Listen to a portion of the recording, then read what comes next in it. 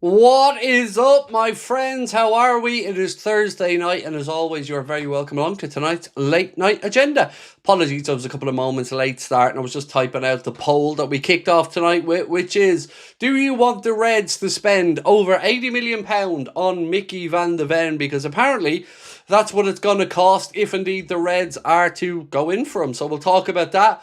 We'll talk a little bit about the futures of Mohamed Salah. We'll talk about Yan Diamonde, a potential summer rebuild. I know the phrase rebuild already has me shaken. We'll discuss last night's game, of course, against Marseille. A very welcome victory, a very good victory. Yes, and lots more over the next 90 minutes or so. Just want to make sure my phone is on Do Not Disturb. Want to start off tonight's stream by just sending our sincere condolences to Ibrahima Konate and his family on the passing of Ibrahima Konate's father. Obviously, absolutely devastating news to hear, and we do hope the big man is okay, or as okay as can be in this very difficult time for him and his family. Contract stuff, all that aside, he's a human being, and like we always say, life comes first, and we do wish the Konate family well, I was going to say all the very best, but we just basically send our condolences and love, because it's a very difficult time for them. If you haven't heard, his father passed away, which was the family emergency, which stopped them being available for the Reds. Completely understandable, and I'm sure he has the full support of the players and the rest of the club. Right, ladies and gents, Mark, how are we? Kicking us off tonight. What's cooking, folks? How are we all doing tonight? I'm good, thank you, mate. I'm good. Hope all's well with you. I was watching the Aston Villa game earlier on, actually, against Fenerbahce. It was an interesting watch. It's a 1-0 game that should have had about, I don't know, 10 more goals in it. Right, so look, tonight, let's have a look at that poll we have running, because it looks like if Liverpool do want to sign Mickey van de Ven, which we've been linked with, it's going to take a record fee. What that record fee might be, well, I've had a couple of reports to talk about. So the Mail said Liverpool have genuine interest in Tottenham and Netherlands centre-back Mickey van de Ven, who's yet to sign a new contract with Spurs. They go on to say if Liverpool test Spurs' resolve with a bid, it'll be a big decision for a Spurs executive tier who have vowed to be better at selling. Now, this other piece here with Ben Jacobs speaking on Last Word on Spurs said Spurs value and will only sell Mickey van de Ven at a British record transfer fee. Van de Ven will not rush into signing a new contract and is happy to wait to assess where his Tottenham future lies. Now, look, we'll go into this in more detail in a second, but the Van de Ven record fee thing, I hope at least it is just a defensive record for, not the 125 million that we paid for Isak, because if anybody has any ideas of that being a record transfer fee, that's just madness. This piece here from Lewis Steele said there's a widespread belief in the industry that Adam Wharton could be the next man to head to the exit door of Crystal Palace, and Liverpool will be keen on him. More on that later on. Big summer, I'll believe it when I see it, said Eddie. Well, for me, mate, look, what has me concerned is, if we do have a big summer again, are we going to get the same excuses again if things start to go wrong? Because, look, I'm never going to complain about Liverpool looking to reinforce the playing squad. But, of course, this season there's been lots of people who said that too much change was part of the reason for the very up and down season we've had so far. I'd never bought into that, but, I understand it to some extent, but there's no denying we need to bring in more reinforcements as well, so we'll talk about what that could mean tonight. Does that show, this show, we should have gone for Guehi, said Alan. Look, Alan, I always felt we should have gone for Marc Guehi, mate. Even at the figures being quoted and the high wages, the deal still, to me, over the course of the 5.5 years, made sense at somewhere around 115 to 120 million pound all in, including the wages. So, to me, that one made sense, but what I can't get my head around, mate, is why we are still sitting here without a centre-back on the 22nd of January, because it very, very much looks as if Liverpool are going to do no business unless something really, really, really quickly pops up and comes out of nowhere, because we are now most of the way through the window. Somebody else said Charlie Cresswell. He'd been linked with a move elsewhere in recent days. I can't quite remember where, to be honest with you, mate. I know he's playing over in France. We were linked with him. We were linked with him before he moved over there. There was links with him again earlier on in this window. But I swear I seen somewhere recently that he was linked with a potential move elsewhere. So, Jorge said Marc Guehi is not a £300,000 a week player. This look, this isn't aimed at you, George or Jorge, but that really annoys me when people say that, because it's like giving you half the context of the situation. So Marc Guehi is not a £300,000 a week player is a fair statement, but you need to put it in context. One, we don't know that that's what it would have cost us to get Marc Guehi, because, let's be honest, City are known to pay over the odds at times when it comes to wages. Secondly, if we had assigned him on a free contract, his wages would have been above 250k anyway. And when we were signing him in the summer of 35 million, he was going to be on 200 grand a week plus. So I really think we're looking at this a lot incorrectly. You have to look at the whole figure, the whole lot of it over the course of the 5.5 year deal and how it's amortized versus the headline figure of 300k a week. Because if you go out and sign an £80 million centre back and pay them 100 grand a week, or you go out and you get somebody for £5 million and you pay them 300 grand a week, it's important to look at the overall figures. And in the Marc Guehi situation, there's nobody going to convince me that that wasn't value for money. And that we would have got him for less than a £300,000 a week he's getting at Manchester City.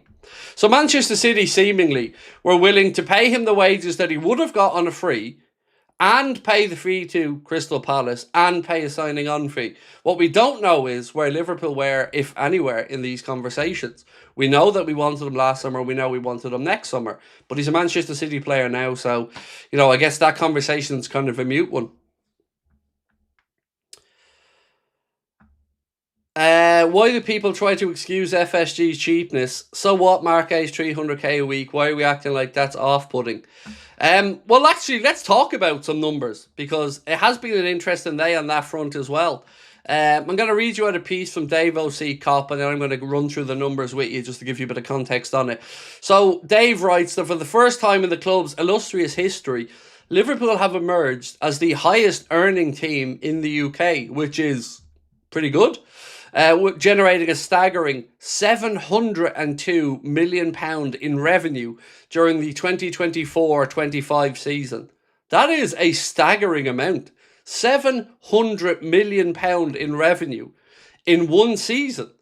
The revenue surge was powered by multiple streams. Liverpool recorded an increase in broadcast income following the return to the Champions League, while commercial revenue jumped 7% thanks to non-matchday events at Anfield, Dave writes, including lucrative concerts.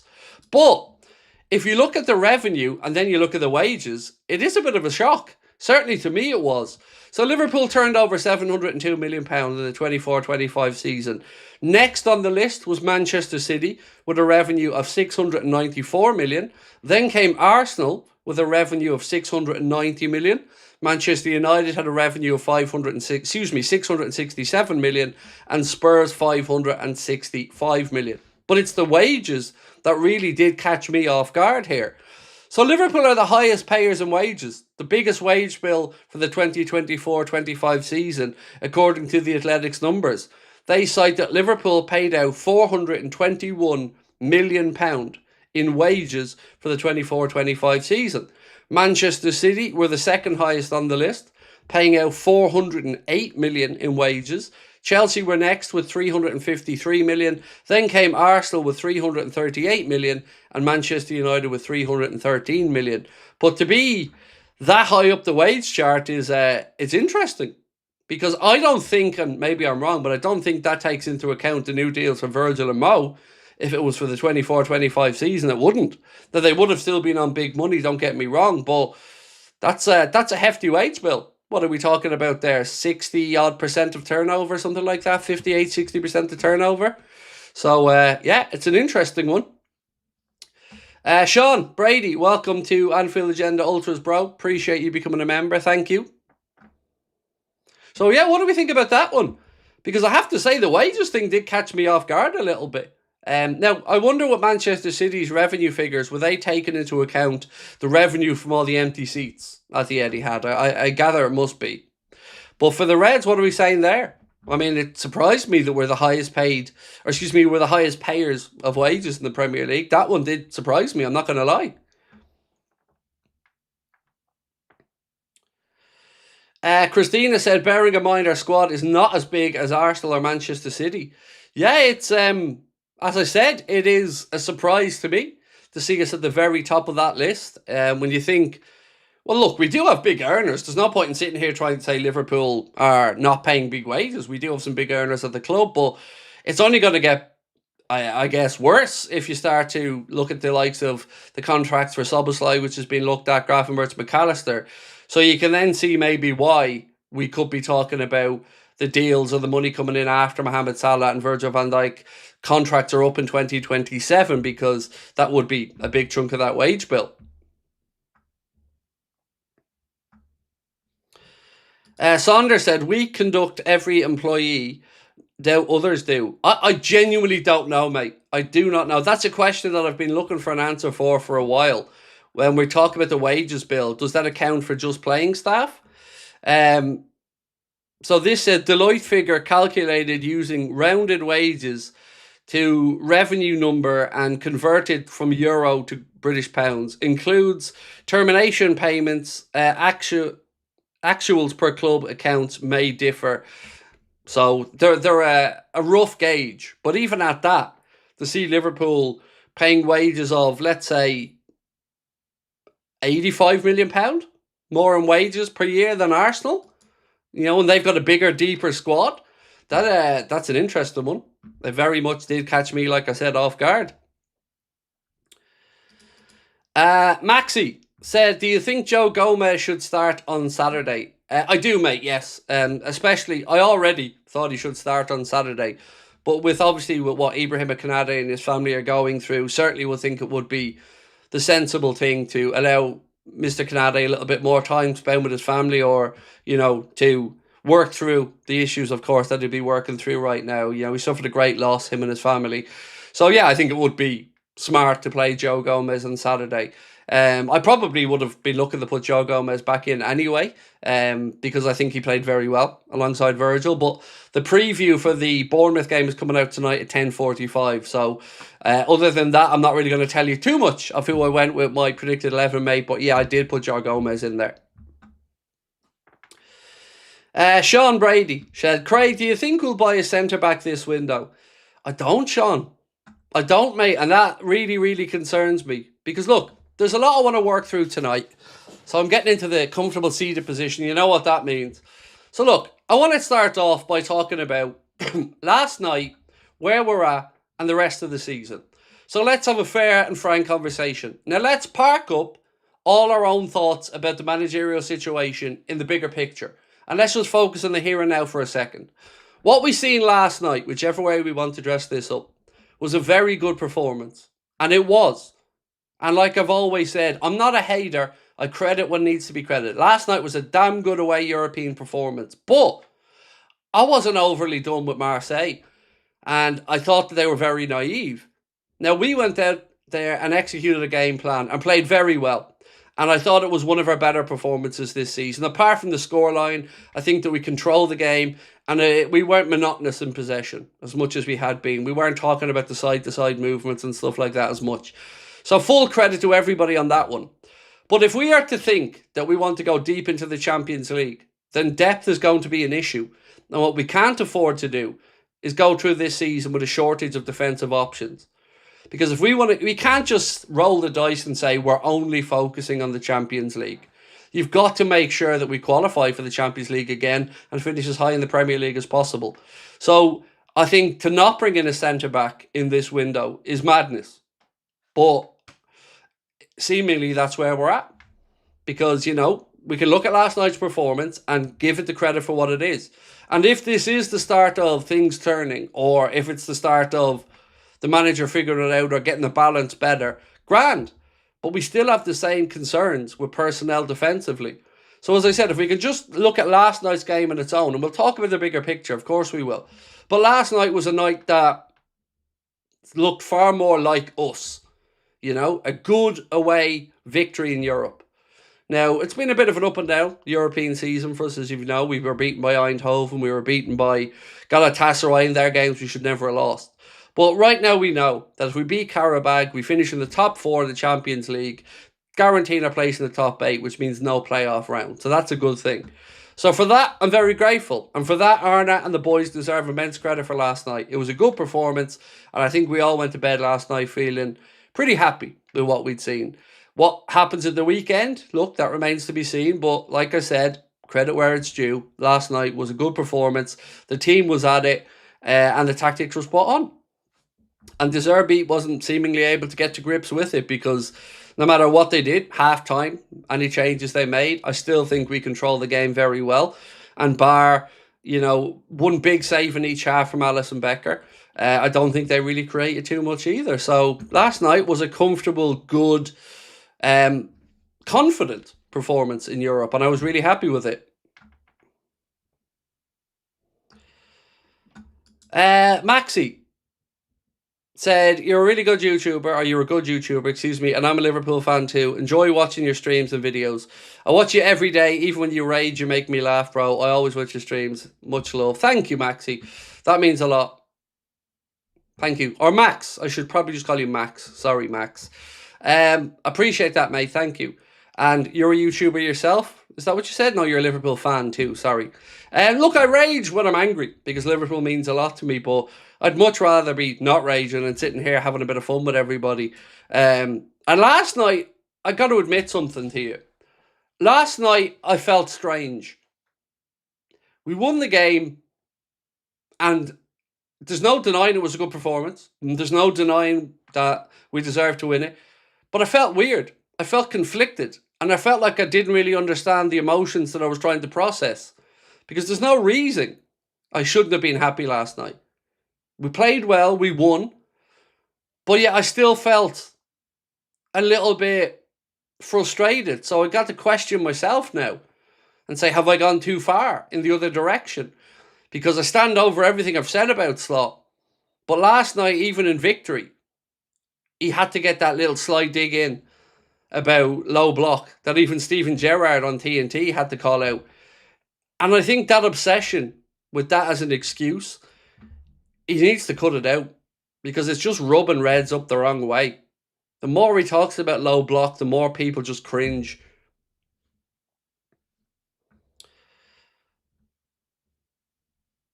Do you see us signing anyone this summer? Oh, absolutely. Yes, sir. Absolutely. I would imagine we're probably talking 4 to 5 first-team players in the summer, depending on, obviously, the managerial situation, the formation, and a few other variables. Definitely think we will see us spending in the summer market. Still think it's wrong that we're not spending now, and I'm going to keep repeating this. A centre-back should be a priority in this window. And nobody's going to convince me otherwise because I still think we're rolling the dice. We're hoping for everything to go well rather than planning for every eventuality.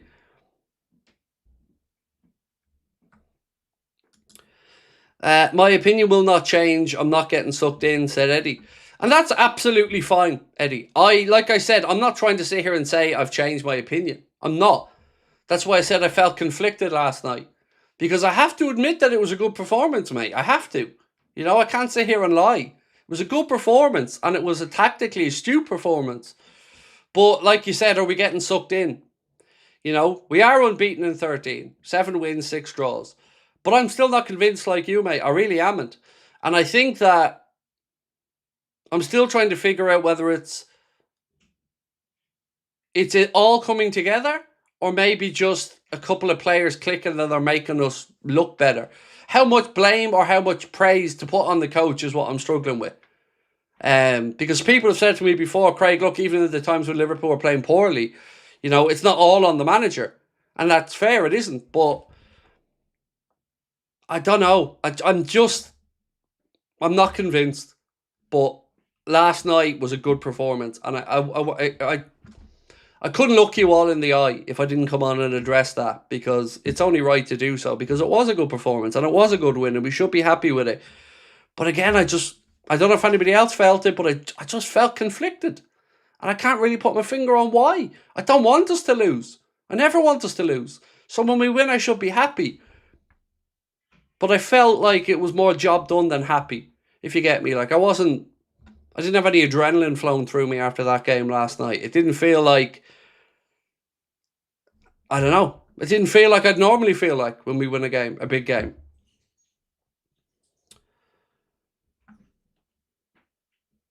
So, what do you guys think? I'm going to ask you in a minute. We're going to run another poll. But what do you think about last night in its own context? Is it because it was the Champions League? Is it because the style of football maybe in Europe is a little bit more open compared to the Premier League, which is this season at least a bit more of a set piece and defensively driven league? Whereas in the Champions League, teams are trying to come out and play and can't really sit deep and defend. So maybe stylistically it's something like that. I was watching Miguel Delaney on Back Pages on Sky last night saying something along the lines of, well, there's kind of a history of teams that either fall away in the Premier League and then do well in the Champions League. Is almost mission impossible to keep everything going on the one level to try and make sure that you can challenge across all competitions. I don't know which narrative I'm being sucked into here. I'm very confused by it all. I think all of us have a problem with his favourites, said the Emir. Well, let's look at probably favourite number one, Cody Gakpo. So let's look at him last night. So I actually have spoken to a couple of Reds today, and one that came up that's doing a bit of work for us and is also a Liverpool fan. And we had a good chat out in the office earlier on about the Cody Gakpo goal last night. And if you look at that Cody Gakpo goal, it's a well-taken goal, but there was also almost a little bit of luck in it to some extent. The defender slips in front of him, and I still think Gakpo took a touch too many. So I would still not be starting him at the weekend, and he still wouldn't be anywhere near convincing me for this season. But, like I always try to be fair and say about Cody, when you come to the end of the season and you look at the tally, he's always going to have his fair amount of goals and assists in there. But he's just not dynamic enough to really trouble teams who do sit back maybe and defend a bit deeper. But fair play to him. Came off the bench last night, made an impact, scored the goal and helped us kill the game off. If Salah and Konate had a 50% better season until now, do you think Sloth's job would have been on the line like now?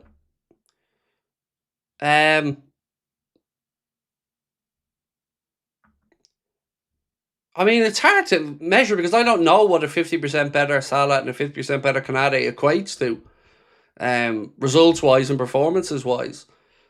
So, like I said a moment ago, Frozen, I'm not sure how much of this you blame in each individual game on a manager versus the players versus a mixture of both.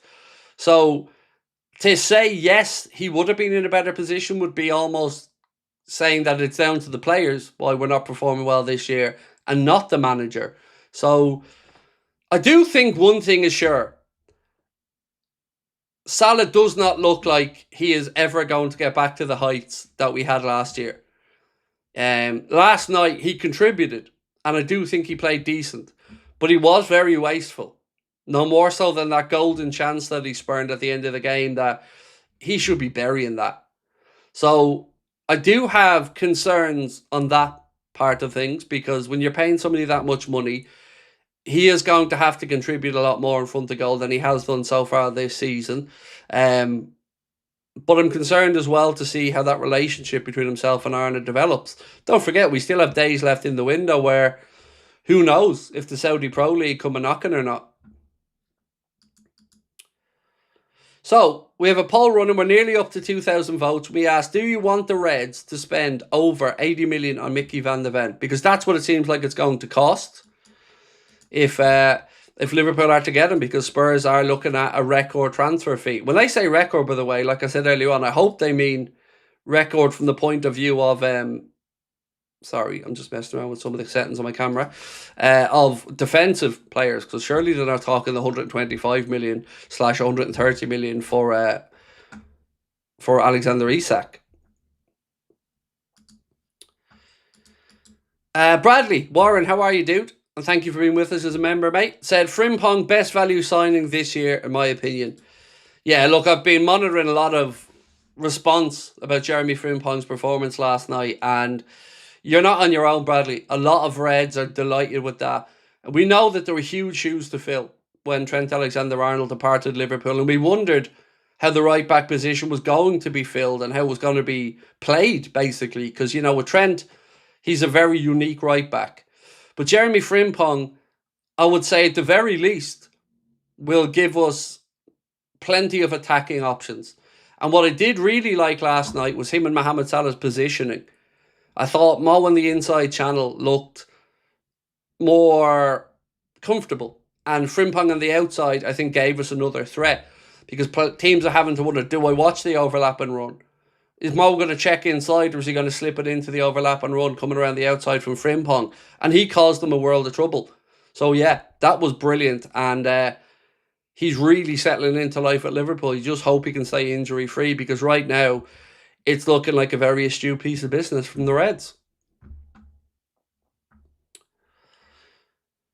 The FC Till We Die said, "Hi, great channel, keep up the great work." Thank you. I'd like to invite you on my channel before we play you guys. Come on, you boys in green. I don't know what. Oh, you're Spurs fan. Sorry, mate. I was looking at the. It's not the FC. It's Tottenham Hotspur FC. Sorry, that's on me. Let me try that again. Tottenham Hotspur FC Till We Die said, "Great channel, keep up the good work. Like to invite you on my channel before we play you guys in February. If you just email me, contact@AnfieldAgenda.com, and say that to Connor, because he deals with our emails, I will make sure we get back to you in plenty of time. So yeah, if you could, mate, just email contact@AnfieldAgenda.com, and we will try to make that one happen." Excuse me. And thank you for the kind words about the channel, mate, as well. Apologies for the mispronunciation the first time. Right, we're nearly at the 2,000 votes, folks, on the Mickey van der Ven signing. And I've got to say, it's kind of gone the direction I thought, because I like him as a player, but do I think he's an 80 million plus player? I don't know. I really don't. And we'll talk more about that in a moment. We're just waiting for the last few votes in this poll.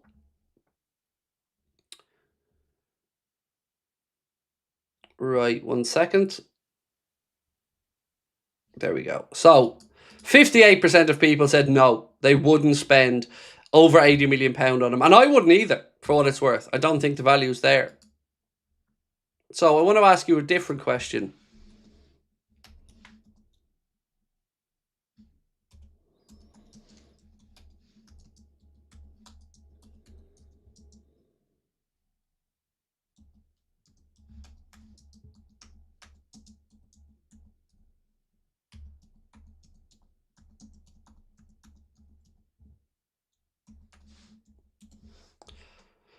So, I don't really know how to word this, so this is the best I've come up with.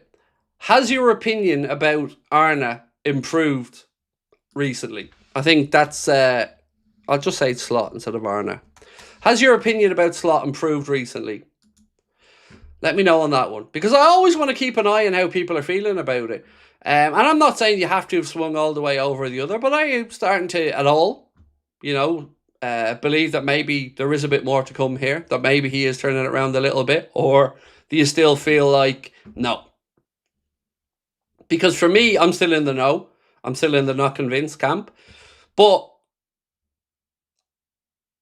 if I was 90-10 of to whether he can turn it around or not, I'm probably 80-20 now. Because if I be fair about it, I've talked about the inconsistencies in the unbeaten run, but in that run, there was an away win against Milan. There was an away draw at the Emirates against Arsenal, which I thought we prepared and played well in. There was a 3-0 victory against the Marseille side, who I have to say underwhelmed me, but still, it was a big game that we had to go and win, and I thought we played extremely well and were deserved winners. So I want to try to give credit as well. There are still lots of other things, and the proof of the pudding will be in the eating, as they say, and there's lots of football still to be played, but I don't want to get lulled into thinking things have been turned around completely, but I also don't want to not give credit for some improvements. I think we're pulling the arrow far backwards in order to get it forward. I'm not okay with it, but that is the outcome. Count me in. I'm a little bit confused by that. We're pulling the arrow far backwards in order for it to go far forward. So are you thinking it's broke and we're rebuilding it bit by bit here? Is that what I'm gauging from it? Late arriving, did I read it correctly? We want to spend 75 million plus on a defender when Guehi was available for 20. Sort of reading it wrong and sort of reading it right. So there's lots of reports today about Liverpool's interest in Mickey van de Ven.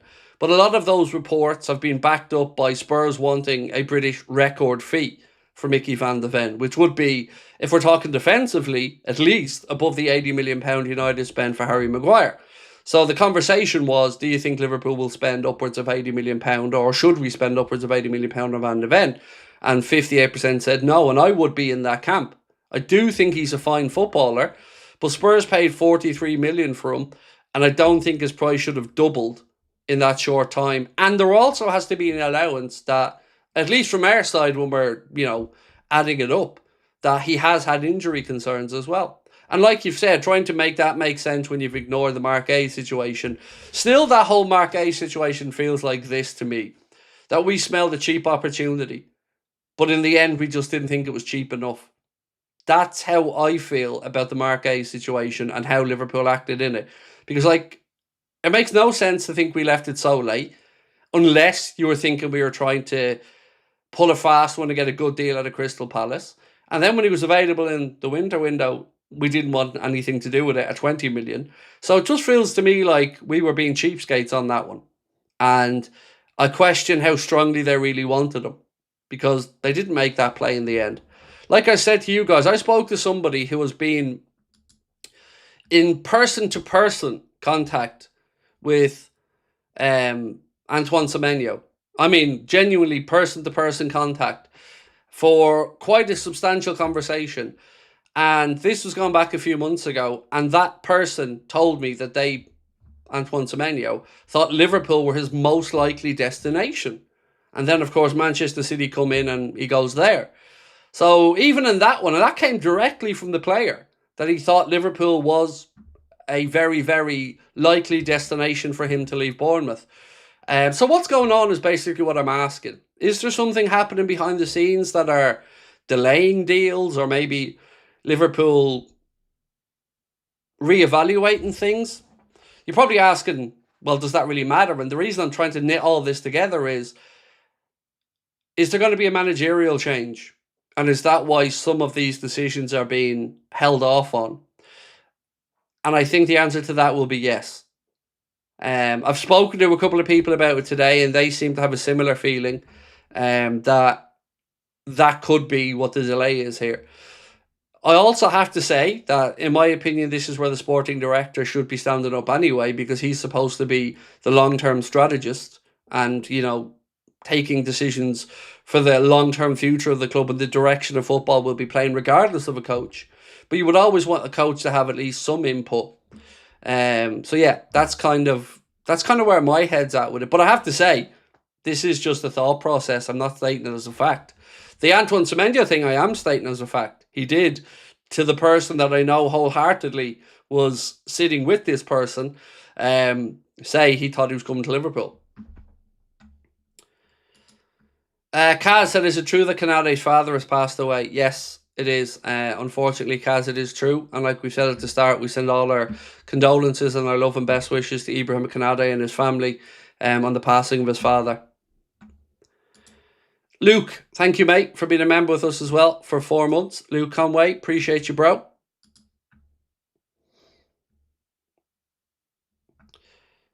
I think next season we'll have a new head coach as well as a new director of football, said Craig Van Cape. It's interesting, Craig, isn't it? Because all of our important figures from the footballing side of it have 18 months to run on their deals. Our CEO of football, Michael Edwards, our director of football, Richard Hughes, and our head coach all have a year and a half or a season and a half to run in their contracts. And of those, I haven't got a clue what will happen with Edwards and Hughes, but I feel more and more confident that unless he does pull that miracle Champions League at his backside, that Ireland is going to be gone in the summer. There's two things to be mindful of here. Look at Manchester City's situation and keep an eye on that, because nobody really knows what's happening with Pep Guardiola's long-term future. Nobody really does, but they are planning. And part of that planning is assessing the situation with Xavi Alonso. And you might say to me, why would Xavi Alonso consider Manchester City? Well, he does have a relationship with Pep from the time Pep was his coach at Bayern Munich. So there is a relationship there which would at least, I guess, open a channel of communication to Manchester City. So I hope Liverpool don't do what we did with Marc Guehi and Antoine Semenyo, sit back and watch and maybe be a bit arrogant about it and allow Alonso to go elsewhere. If Liverpool really do think Xabi Alonso is the guy, then we got to move for this. And we got to at least get it lined up for the summer if they don't want to pull the trigger now. It has to be sorted. We cannot sit back if we are going to change the head coach and allow him to go elsewhere. Hi Craig, where are the reports of a big summer and who are the targets? Sorry if you've answered this, just joined the stream, been off today. So on the targets, I don't know all of, but we'll work through some of the ones that we do know. And on the big summer business, well, it's been kind of written about extensively a little bit. How can extensively be a little bit? Sorry, extensively. So let me just work through some of the notes. So there's the Van de Ven link that we spoke about. Now, I did touch on the Adam Wharton thing a little bit earlier on. I want to run through this again. Lewis Steele reporting this. There's a widespread belief in the industry that Adam Wharton could be the next man to head for the exit door at Crystal Palace. So obviously we know Marc Guehi is gone. We know Ibrahima is gone. We know Olise went. We know Glasner's going. And we know that Mateta wants out as well, as he's informed the club. So it looks like the next one out the door could be Wharton. Liverpool would be keen, writes Lewis Steele. According to sources, if a deal could be done with an £80 million fee floated by some, though they would face competition from many teams. So it looks like the centre-back situation, the defensive midfield situation, and an attacking situation are ones that are going to be looked at in the summer.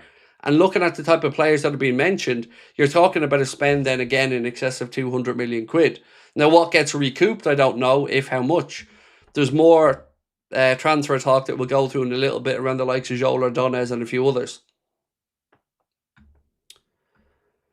Harry said, after Forest, I wanted him gone, but I set goals, which was top 4 and a better performance in New Year, like Arsenal, so I'm going to give him one chance. I understand that, Harry. I don't know. I think I'm almost too far gone in the other direction. So it's going to take a hell of a lot of convincing for me. And not just in one competition. I need to see stylistically that we're playing better football. And it's not just against teams that let us play better football. You know, it's the low block thing now is really, really starting to grate at me. How do you manage to turn that conversation last night, where you've got an easy win in the PR stakes, to come on, be interviewed by TNT and say, yeah, great performance away from home tonight. Our thoughts are with Konate and his family. And we were really happy how we performed against the good Roberto De Zerbi side. So instead of just doing that, he somehow manages to shoehorn that it's more difficult when you place a low block and teams don't come to play football, as if he's got a God-given right for teams to come and open up and play against us every week. He needs to shut it up. Because every time he says it now, I don't know about you guys, but almost my fists clench a little bit more. And the anger rises a little bit. And even seen Steven Gerrard say last night that he needs to stop talking about low blocks, that we've been dealing with low blocks since everybody, basically. When he played in the Premier League, they were dealing with low blocks. And also, some of his hypocritical statements have been annoying. So, Arne Slot, if you've won the league at a club which has won it twice in 30 years, I'm surprised to hear that about people saying he still needs to prove he can be successful. So that was the manager. But this was also the manager on the pitch after we'd won the Premier League and they were getting the trophy. Let's forget that this was the second league title in 35 years. This is the second in 5 years. Same guy, same topic, different narratives on it when it suits. When he's under pressure and people are questioning him, well, we've only won 2 league titles in 30 years. When he's won the title and everything's great on the pitch, no, this is the second in 5 years. So which one is it, Arne? Are we a club that you think you've dragged kicking and screaming back towards success? Because that isn't true. I think 2 league titles in 5 years is the right way to look at it, because it's the way we'd talk about anybody else with it. But neither of those 2 league titles have been backed up with a solid defence of that league title. They've both been all over the shop. And it's stuff like that that just has us not having that connection to Arne in the same way. He says too many things that almost feel like a dig at fans, or a little bit of bait, or a little bit of gaslighting of fans. He needs to shut up about it. You know, we won the league title with you, yes, that's great, but this season we haven't been great at times. And to belittle your own club, say it's won the league title twice in 35 years, that just doesn't sit well with me. That and the low block bollocks. Mr. A. Santino said, I was about to say that they might be working quietly with Shabby to get his choices in.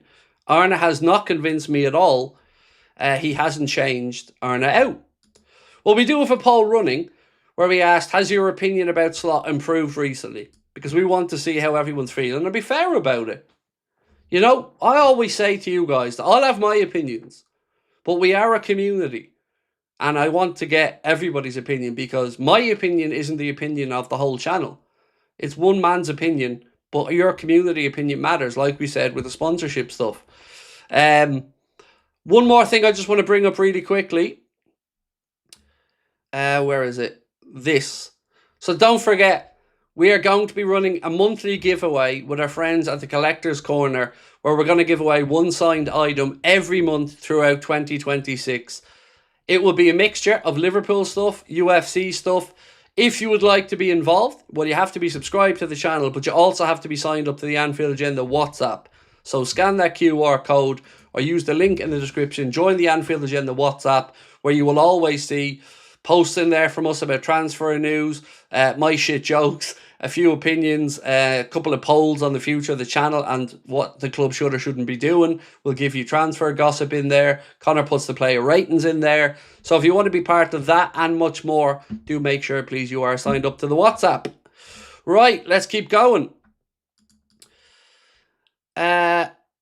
Gecko's Cool said, sorry I'm late, hope you're well. Any new news? Yes, there is a little bit. I want to move on to talk about Joel Ordonz a little bit. Lewis Steele again reports that reports of Joel Ordonz being on the verge of a move to Liverpool this window are untrue. He will be valued at around £42 million in the summer window. So, again, any centre-backs that we've been linked with seem to be getting ruled out in this window. Yet again, doesn't look like anything is happening here. There was a really interesting stat put up by LiveScore around Cody Gakpo. I don't know if you've seen the posts on social or not, but I'll read it through you. So it's with Cody Gakpo. It's 1 min in Cody Gakpo's last 4 starts. We've had 4 wins in the last 5 games when Cody Gakpo was started on the bench. What do we think about that? Coincidence or not? I don't know. Genuinely, I'm asking because I haven't got a clue. But it is an interesting stat. We've got 1 win in his last 4 starts, but we've got 4 wins in the last 5 games where he doesn't start or comes off the bench. It's at least an interesting conversation point, if nothing else.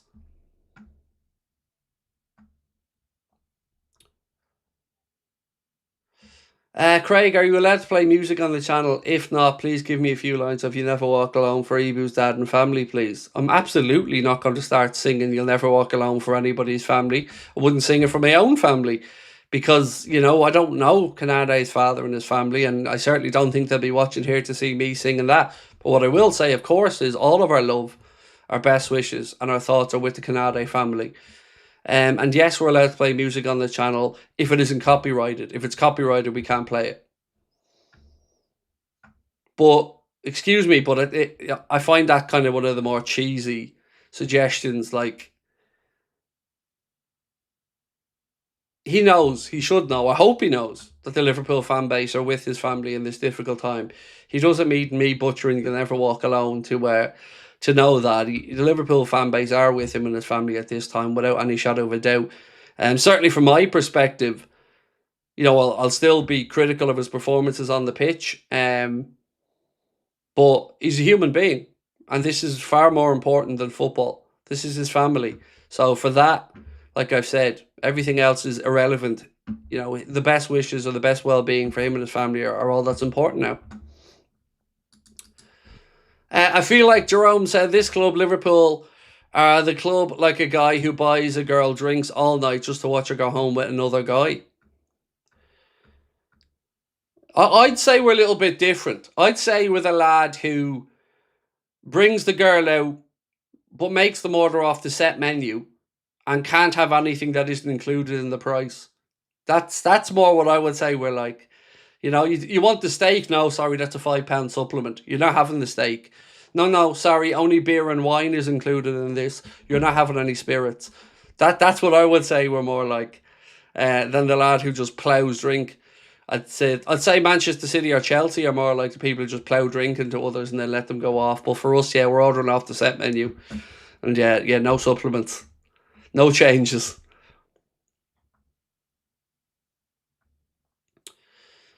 Kieran said Konate's dad had died R.I.P. Yes, indeed, sir. We covered it at the start and we posted on our socials as well to share that sad news. It's certainly, you know, explains we didn't know yesterday. Certainly I didn't know what the family emergency was. You know, we did just hope for everything to be okay, but to hear the news of his father's passing is obviously tremendously sad.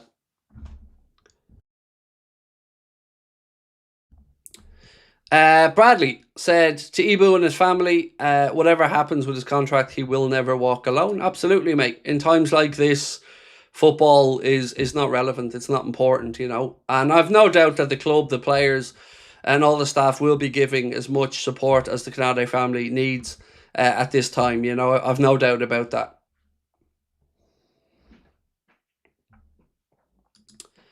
James Smith said, you can only pick two to sign, Van de Ven, Schlotterbeck, Bastoni. Who and why? Me personally, Schlotterbeck and Bastoni.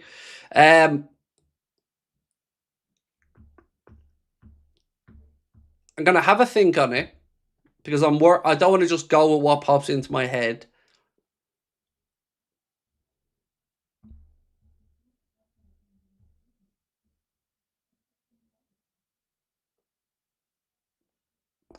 I'm going to say Schlotterbeck and Van de Ven because I'm not sure that Bastoni will ever leave Serie A for the Prem.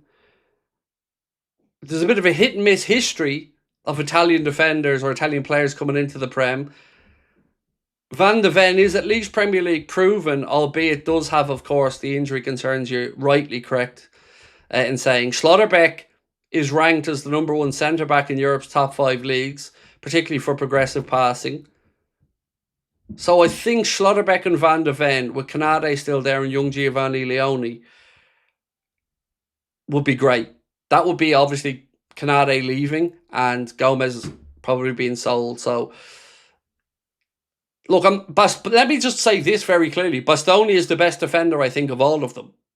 But I still think for the right fit, I would probably say Schlotterbeck and Van de Ven, although I'll sit here and tell you I think Bastoni's the best defender of the three of them. So that's why I wanted to pause for a second.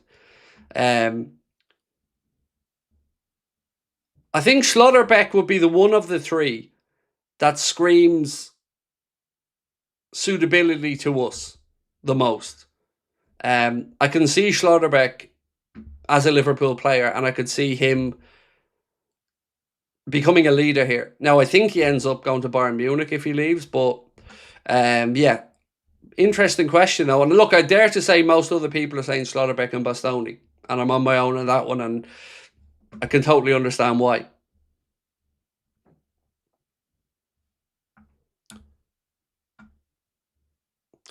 If Ireland qualify for the World Cup, will you do a live watch along? Absolutely, 100% yes. If Ireland get to the World Cup, I will be doing watch alongs of Irish games in the World Cup. 100% yes. Mark, how are we? Mark said, Craig, do you think buying the defender from Spurs is a bad business? His hamstring is like a twig. Other issues, maybe. It's certainly a risk, and one that I don't think we'll do. I don't think we signed Van de Ven for two reasons. One, the injuries that you mentioned, and two, we knew Van de Ven was on the market. And we knew Van de Ven was available. Now, I know Richard Hughes and Michael Edwards weren't at the club at that time, but we could have had him. I think Spurs paid 42 or 43 million pound when they signed him from Wolfsburg. We could have had him back then and we didn't. And I think we missed the boat then. So for me, I would say no, because you're looking at a player then who's at another Premier League club, another Champions League ambitious club, and I just think it would just be ridiculous money to get the deal done. But I don't know how long he has left on his deal, because there's talk that he's stalling on signing a new deal. So I don't know quite how long is left on his contract and how much pressure Spurs will be under. If he's, let's say, going into the last 18 months of his deal, could be a different conversation.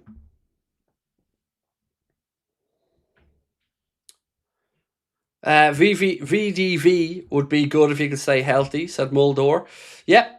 And so far this season, he has maintained his fitness more often than not. But it is definitely a genuine concern. You're right about that. You know, the last thing you'd want to do is cough up a load of dough for a centre-back and then not have the centre-back available for half the season. For all the misgivings or faults I've had with Konate this year, he has maintained fitness more than in other seasons where he seemed to have a lot of muscle injuries and stuff like that. What do I think of Ordonz? I think he's good, but I did think it was interesting that a former coach at Bruges said that he's not ready for a move to the Premier League yet, that he needs a little bit more developing. So if you're signing Joel Ordonz, I guess the question would be, are we signing that player to be a starter immediately? Or is he the third centre-back that will be eased in over a year and perhaps then in a year would be ready? So that would kind of inform my thought process on Ordonez. But he does look like he has a big future ahead of him. And 42 million could seem like very good business in the summer if Liverpool are indeed to follow through with that interest.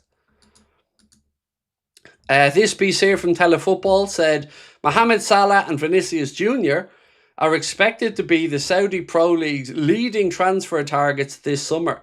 The Saudi Pro League has already explored the possibility of signing Salah during the current window, but those inquiries have been met with little encouragement from Liverpool. Saudi clubs are set to increase their pursuit of marquee names with the financial power to present highly lucrative offers for elite players such as Salah and Vinicius Jr. So let's wait and see what happens in that regard.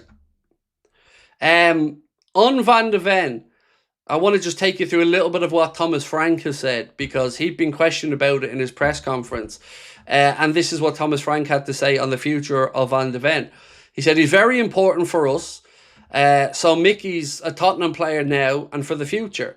Went on to say on the reports about him being unhappy at Spurs, Thomas Frank said, I've just seen him today. He seems very happy, smiling. He was very happy after the game that we won, and he was in the changing room after the game. Mickey's an excellent player. He's a fantastic ambassador for this club. He's having potentially the best season of his career so far. He's fit. He's strong, good defensively. He's growing as a leader, scoring goals as well, and he's a very important player for us and for the future. Van de Ven has established himself as one of Spurs' biggest players since arriving from Wolfsburg in a £43 million deal, writes Sky Sports. So Thomas Frank kind of playing that with a straight bat there and not really saying too much. But there are plenty of reports that suggest that he is at least questioning his long-term future at Spurs. Josh Gain said, Craig, I was watching your FIFA 22 career mode videos and I've never laughed so much in ages. That's really freaky that you mentioned that, because I was talking to Connor about that today. I was talking to Connor about an idea I had for a sketch involving that side of the FIFA game, the transfer policy of the FIFA game, or EAFC now. Look, I'm not going to be revisiting to do more FIFA streams, but I'm glad I did that tiny little catalogue of FIFA streams, because people seem to at least have a fondness to look back on them and laugh at, one, how shit I am, and two, just a different way of approaching it. So we will be introducing little bits of gaming moving forward. Like I said, some of the retro games that we're bringing in, we'll be recording some of those, and a few bits of darts content as well moving forward. I'm glad you enjoyed them though, mate. Thank you.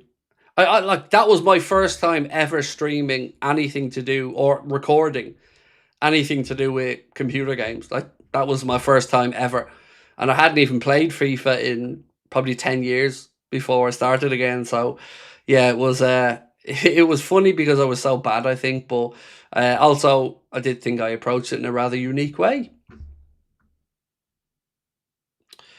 David Coughlin said, we have some sort of mental block when we're 2-0 up, and I think that's down to Slot changing something mid-game that never works. I'm also sick of trying to do training ground stuff footy to try and break low blocks. Well, we managed to get the third last night, which was a nice change, wasn't it? You know, it's one of the few times we went 2-0 up and then managed to get the 3. So yeah, I was grateful for that one last night, David. Craig, you signed Bellingham in 2 minutes of play and your priorities were straight. Yep, brought the crunchy with me. Gave them the turkey spiel that I beat the turkey. I know how this works. It was fun. It was fun. But the gameplay I find very frustrating. Right, let's talk Kave Solokol. And he's been talking about Liverpool and the financials, and this is what he's had to say. Liverpool are top dogs. They're a phenomenally run club. And he talked about how Liverpool have caught up and surpassed Manchester City and Manchester United with improved revenues. Now, of course, we do hope these improved revenues continue to see Liverpool delivering in the transfer market as well. Because like I've always said, up until last summer, I was questioning, what's the point? What's the point of the increased commercial partnerships? What's the point of the increased stadium capacity and revenue if we're not seeing that invested into the playing squad?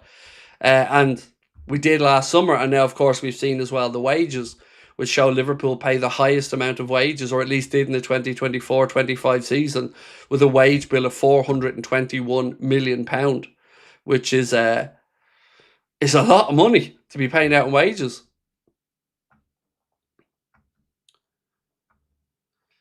'60s Red said, 56 years of LFC transfer windows in my pocket. Trust me, Liverpool use decoys in the transfer market. It won't be get deals done like we do Hugo and Wirtz. The fact we're over halfway through, to me, we're not. I don't think we're getting a deal done either.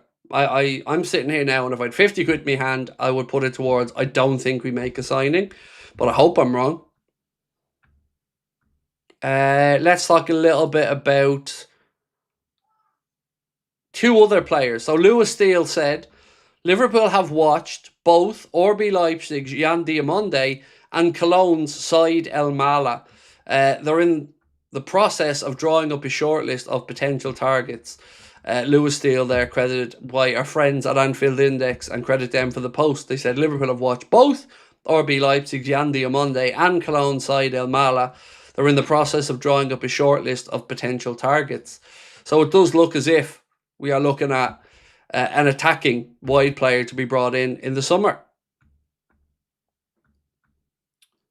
So on the Cody Gakpo thing, do you think it's a coincidence?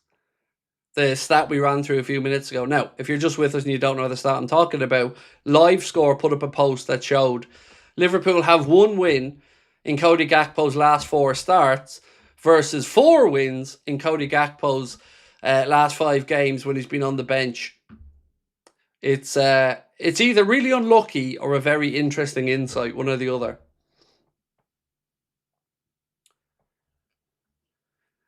Craig, what would Liverpool's wage spend versus the bigger European clubs like Madrid and Barcelona be? I don't know, is the honest answer. I'd have to look into it, Sean.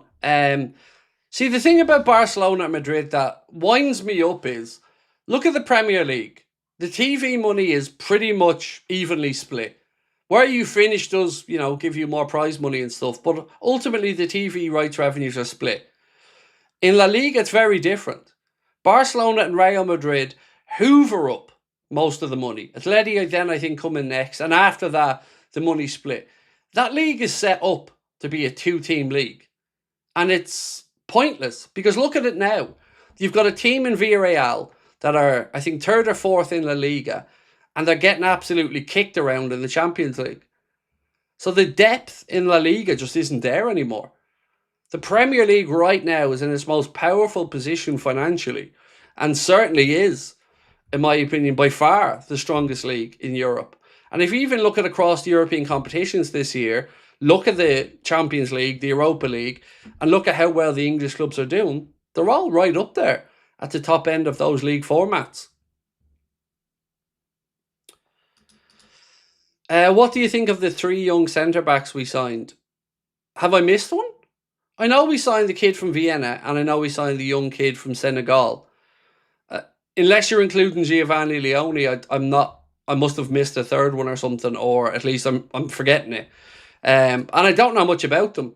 To be, like, how would I? One of them played for a second division Senegalese side. There was a gentleman popped in last week that watches a lot of Austrian football and said that the youngster we signed from Vienna was a huge part of the reason why Austria did so well the under-17 World Cup and was a big talent.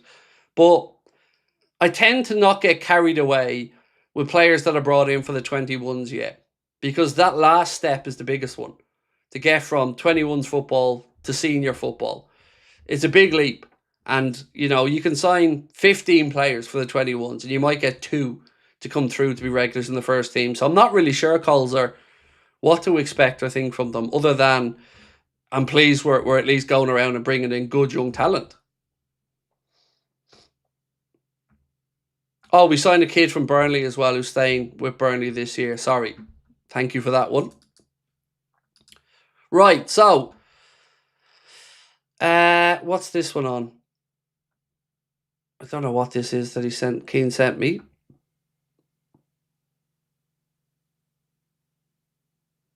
Yeah, sorry, Keane. Whatever this is, it's not coming through to me in a clear way. Yeah, sorry, man. That's just not, whatever the wage bill is, it's not coming through. Is this weekly? Because I'm not getting the yearly or annual figure. Because if it's Real Madrid, they said they have a weekly wage bill, I think, of 5.9 million. Then Bayern Munich, then Manchester City, Barcelona, Arsenal, Liverpool. But we know Liverpool have now overtaken Arsenal for wages spent. But certainly in this chart, it looks like Real Madrid, Bayern Munich, Barcelona have bigger wage bills than Liverpool based off that piece of information. Right, let's check back in on our poll. So we're nearly heading towards 2,000 votes again. We asked, has your opinion about Slot improved recently? Yes or no?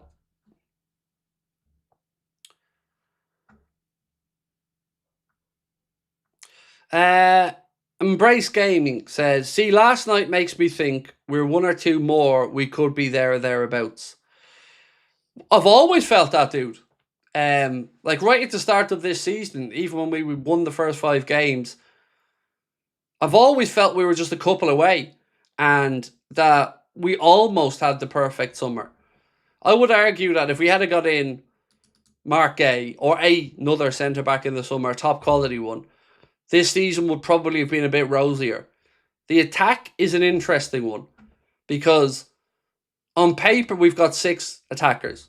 Mohamed Salah, Federico Chiesa, the 2 centre forwards in Isak and Ekitike, and on the left side, Ngamoa and Gakpo. But let's break that down. 2 of them you can throw away straight away. So we know Ngamoa's had very limited game time and is one for the future. And we know that Chiesa, well, you know, don't need me to go over that one again. So that's left us with 4. Now, Salah wasn't getting game time and wasn't in the greatest of form. So he hasn't exactly been inspiring up top this season, but he's not on his own. You've got Ekitike, who's come in and done really well, hit the ground running.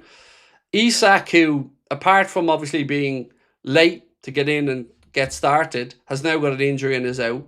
So we're looking really, really light up top. And then we've got Gakpo, who, of course, divides opinion at the best of times.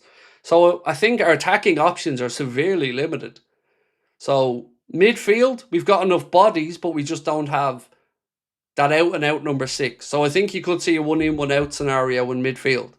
Whether the out is an Endo or somebody at the other end, like a McAllister, I don't know. And by other end, I mean of the money spectrum. So I think we're 1 short in there, but it's a specialist. In defence, we're at least 2 centre-backs short, allowing for Konate to go. And then up top, we're at least another attacker away. But we didn't know that in the summer. Because what we heard was that we weren't signing a replacement for Luis Diaz because we didn't want to block the pathway for Rio Engamoa. So maybe it's just me, but I certainly thought we were going to see a lot more from Rio Engamoa this season than we have.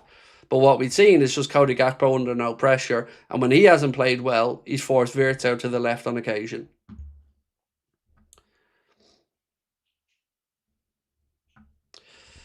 Josh Whiteside said I wouldn't sell McAllister. Well, let me ask you this question. If I offered you selling Alexis McAllister in the summer to bring in Adam Wharton, what would you say? Now, hear me out and let me make the argument as to why I'd say yes. Now, by the way, it doesn't have to be McAllister. You can insert maybe another player in there. But to me, Gravenberch is a more dynamic midfielder that can be utilised in a few different ways. You've got a couple of specialists in the number 10 role, and then you've got the likes of Szoboszlai, and then you've got Jones.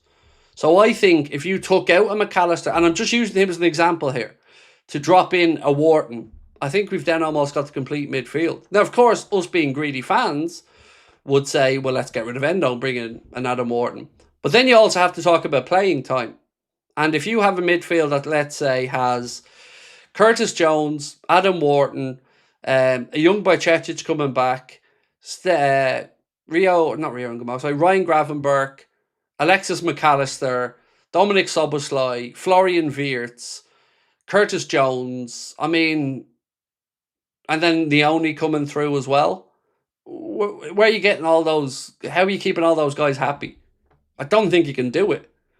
So that's why I think in midfield, the sensible thing to do is one out, one in. Because we play with 3.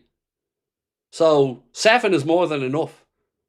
And we don't have a DM. Now, I don't want to lose Maka. I love Maka. He's one of my favourite players at the club. But I'm just talking about, for balance, if we're to do it, he's the type of one. Now, if I could pick it tomorrow, I'd sell Endo and bring in Adam Wharton. But, we probably know that that's not the way the club are going to go, because they look to recoup a significant amount of money.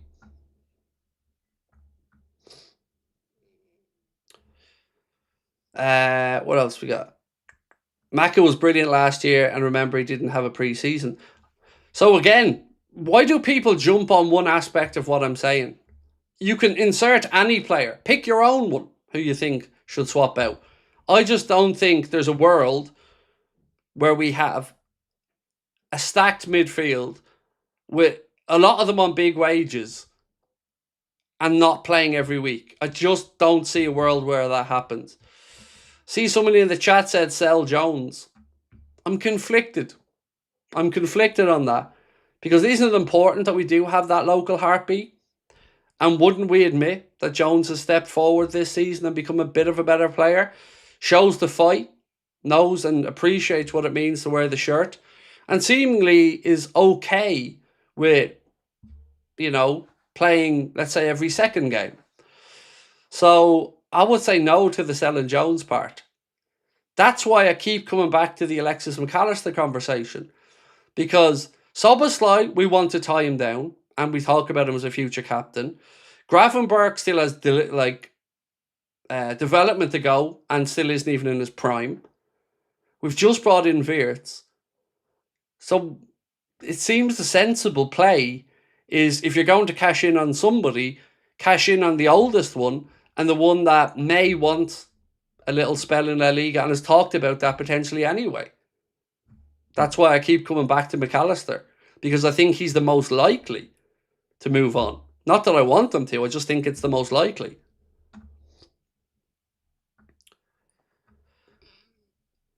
Is there room for a pool table in the studio? No, there isn't. Or would a full-size pool table be used? There would have been used, definitely. There just isn't room. By the time we'd marked everything out and got the table, we're a little bit short of space, so I'd rather have a bit more space to work with than a bit less. Is Wharton better than Jones? Yes, but that's like comparing apples and pears. They're not the same type of player. So I would say it's not a fair comparison. Though a lot of people saying that they prefer... Sorry, let me just cough for a sec. Craig, are you saying you'd swap McAllister for Wharton? See, why does this have to be putting me on the spot? What do you think, genuinely, what do you think would happen if we were to go out and try to sign Adam Wharton? Truly. Because there's no way you're going to keep all those players happy, in my opinion, or there's no way that you're going to keep that wage bill accessible. McAllister is 26, 27, I think, isn't he? In his prime. So for me, he's the one most likely to be sold. Would I swap him for Wharton? Yes, I think I would. Because we need that position. I'd also swap him for Elliot Anderson. But I think Wharton's far more likely to us than Anderson. So, yes, I would. Well, you say swap. I don't think it's a like-for-like price. But I would be willing to lose an 8 to bring in a 6. Because I think we need a 6. But again, open to any other suggestions from everybody else, because I just don't see a world where you keep all of those midfielders happy. If you have Wharton, Jones, the 2 youngsters in Leone and Bajcetic coming through, although someone said you can't rely on Bajcetic. You've got Szoboszlai, you've got McAllister, you've got Gravenberch, you've got Wirtz. I just don't see a world where the wage bill stacks up, because let's look at the recent conversations have been that Liverpool are in vague contract talks with Szoboszlai, with Gravenberch and with McAllister.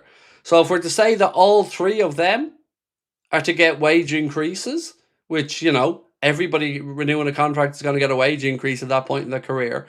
So then you're bumping the wage bill up even higher and looking to bring in Wharton. It feels highly unlikely from a business perspective for us. As a fan, of course, I want as many good players at the club as possible. But I'm trying to just be a bit more measured and realistic in how I think it plays out.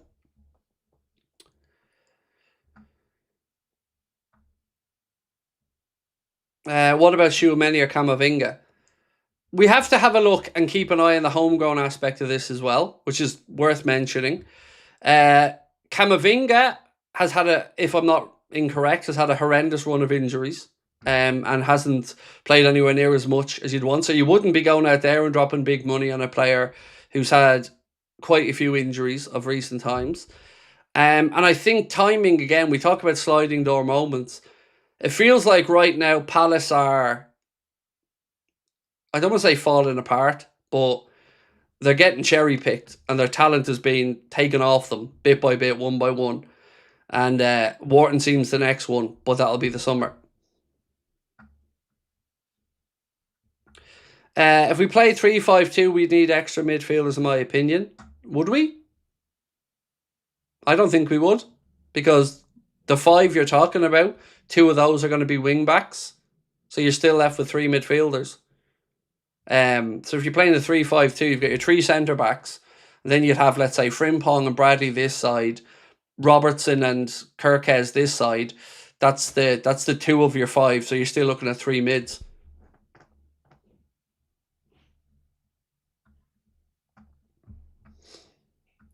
And by the way, like I said, I am a huge Alexis McAllister fan. I have a signed Alexis McAllister Argentina shirt that's getting hung in my house. I love him and don't want him to leave Liverpool at all. But I'm trying to be true to what I'm saying to you about looking at it from a financial perspective. I can't see a world where Liverpool move off, let's say, a low-wage earner like Wataru Endo and then go and bring in somebody like Adam Wharton or Anderson and then extend the contracts of Szoboszlai, Gravenberch and McAllister. I just don't see a world that happens in, because it's just huge amounts of money. And we still need to strengthen the centre-back. And we still need to strengthen up top. And with the wage bill going that way, it would probably take something big like Salah to go off the wage book for it to be even plausible. And who knows what's going to happen there? I don't have the answers to that one either.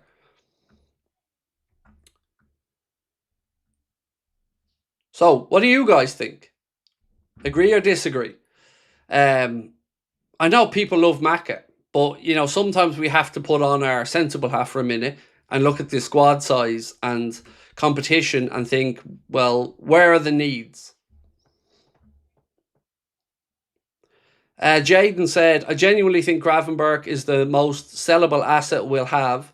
The most interest from Madrid, etc. Mac getting older, doubt we'll get much of a profit. You don't think we'll make much of a profit on 38 million if we sell McAllister, let's say next summer? I respectfully disagree with that. I think you could easily get 70 to 80 million pounds for McAllister next summer. Easily. And just because somebody's our most sellable, valuable asset certainly doesn't mean we should be thinking about selling them. Gravenberch hasn't even entered into the prime of his career yet. It's probably a couple of years off it. So I think, look at it in a different way, Jade. And I think, imagine how scarily good he could be in 2-3 years. Same with Dominic Szoboszlai.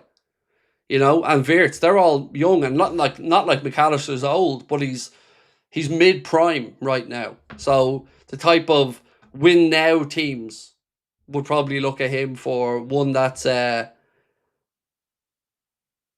possible. Aaron said, any news on centre-backs coming in before the end of the season? Not really, mate, no. Just one more being ruled out rather than anything talking about potentially in. And I'm going to, admit I'm furious about it, the centre-back situation, because even if, let's give Arne the benefit of the doubt just for 1 minute and say he does turn it around and he does start to play good football. Nothing about what I've said about being one injury away from the season fucking up has changed. One bad injury at centre-back and we are up shit creek. And that's it. It's as simple as that. One injury at centre-back and we are fooked. So not bringing one in now just seems madness to me. Jonathan Kirkley said, personally, I'd sell Macca, not had a good season. So look, I can forgive a player having a bit of a down season. Like, we know the quality of Alexis McAllister. He's shown it at Brighton, he's shown it with Argentina, and certainly shown it with us. So I'm not trying to run anyone out of the club for one season. I just think looking at it, knowing the way our club is run, knowing the way they look at the age profile of players, I think he's just the most likely sellable asset if you want to bring in big money in midfield. I don't understand why Wirtz was bought when you have Macca, because they're very, very, very, very different players. They're both brilliant, but Florian Wirtz was brought in to be the thing that Arne Slot keeps banging on about, which is the guy to unpick that low block, to be the guy to play that pass around the corner, the bit of magic in his feet. Now, for all Macca's great honesty of effort and top quality play, it doesn't quite have that. I would put Wirtz in the 1% of footballers, like the very creme de la creme of world footballers that are magic men. And we're not even yet to see anywhere near the best of Wirtz. He's only getting there. And I was actually really disappointed in Wirtz's performance last night, as you're probably seeing from the player ratings video. I thought that was one of his more sloppy games for Liverpool in a season where I do think he's progressively been getting better. But yeah, for me, I don't see... I looked at it, rightly or wrongly, that we were moving Elliott on and bringing in Wirtz to be an upgrade there. At least in my mind, that's the way I thought about it when we were bringing in Wirtz.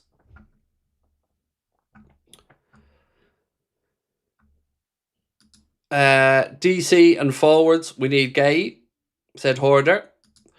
We do. Well, we did. Yeah. Still, like I said, speaking to people today, still a lot of head scratching going on about the Marc Guehi situation. But look, you got to just say, it just feels like we mustn't have ever really been 100% balls in convinced on Marc Guehi, because there's no other logical real reason why we just stood there and watched. Right, so the poll. We've gone past 2,200 votes, nearly at 2,300. Has your opinion about Slot improved recently? So 63% said no, it hasn't improved. 37% said yes, it has. Honestly, in the answer to that, I'd be in the 37%.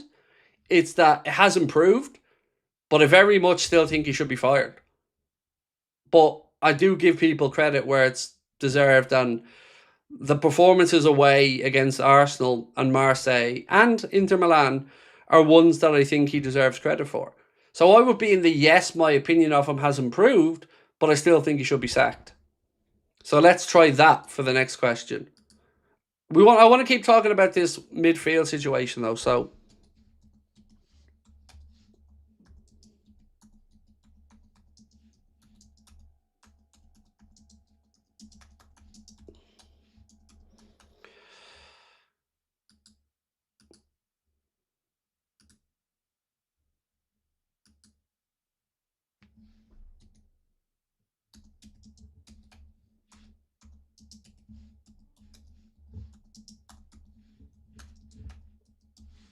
right, so I want to say, should Slot be fired in the summer? And I've given you three answers because I think there is three scenarios here. Yes, he should. No, he shouldn't. Or a Champions League would save him. Because I have to say, as much as I am Slot out, a Champions League would be enough to shut me up. You know, you win a Premier League and then a Champions League back to back. That's got my attention and certainly my respect. And I think it would be extremely unfair if he did win the Champions League to fire him. But do I think we do win the Champions League under him? No, I don't. I think there are bigger challenges ahead of us, and I don't see us going all the way. But if he did, by some miracle, do it, that saves him for me. But the ironic thing is, at that point, the club have probably already got their ducks lined up in a row.